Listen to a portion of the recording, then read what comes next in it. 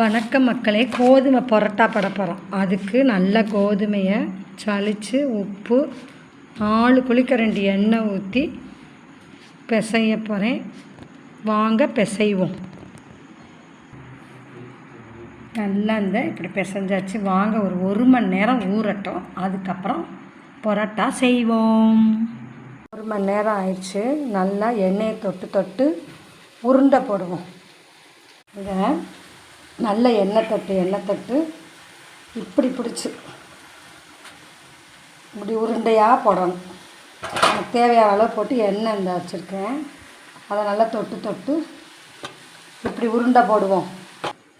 இப்படி நல்லா எண்ணெய் தொட்டு எடுத்து வச்சு இதில் நல்லா தேய்ப்போம். நல்லா எண்ணெய் தடவி இப்படி இழுத்து தேய்ச்சிட்டு ஒரு கத்தியை வச்சு இப்படியே கீறணும். அப்படி கீறி விட்டுட்டு இதை எடுத்து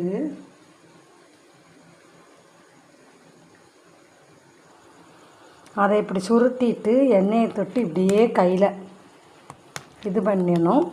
இங்கே கல் நல்லா காஞ்சிருச்சு. இதை தூக்கி இதில் போட வேண்டியதான்.